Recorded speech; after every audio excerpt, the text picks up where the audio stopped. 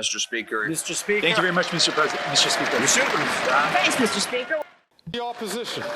Mr. Speaker, I'll never apologize for keeping housing costs low when I was the Minister of Housing.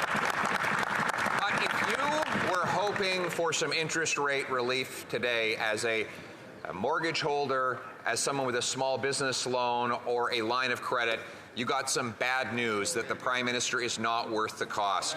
Rates are staying high long because, as the Governor of the Bank of Canada said, if government spending grows, then interest rates will have to stay high to combat the resulting inflation. Why won't the Prime Minister accept my common sense plan to fix the budget with a dollar-for-dollar law to bring down rates? The Honourable President of the Treasury Board. Mr. Speaker, it's possible to be prudent fiscally and have strong social programs as well. That's exactly what our government does. With a AAA credit rating, with the lowest debt-to-GDP ratio in the G7, and with historically low unemployment. At the same time, we have a national school food program on the table of $1 billion, Mr. Speaker, supports for childcare and early learning, as well as for renters and homeowners. That's what we do on this side of the House. Every day is a great day to fight for Canadians.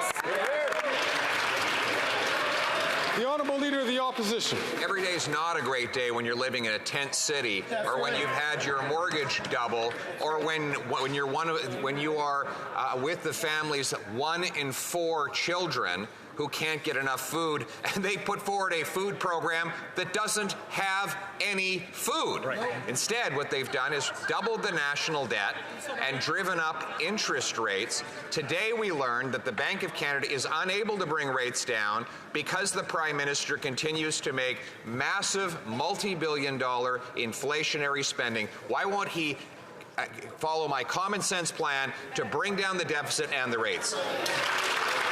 The Honourable President of the Treasury Board. Mr. Speaker, wages are growing faster than inflation. Under the Conservatives, poverty was at 14.5%.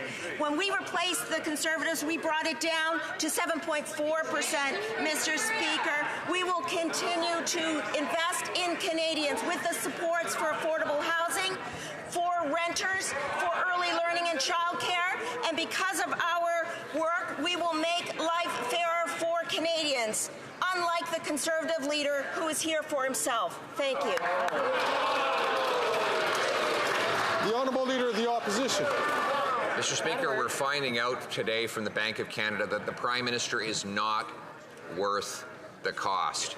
In September, the bank governor said that if government spending were to grow, then interest rates would have to stay high. That was echoed by the former bank governor and incoming Liberal leader, Mark Carney, who indicated that he does not expect rates to fall quickly, and that is partly because of a lack of fiscal discipline. So if he won't listen to me, why won't he listen to his successor and understand that he's not worth the cost of high interest rates? The Honourable Minister for Innovation.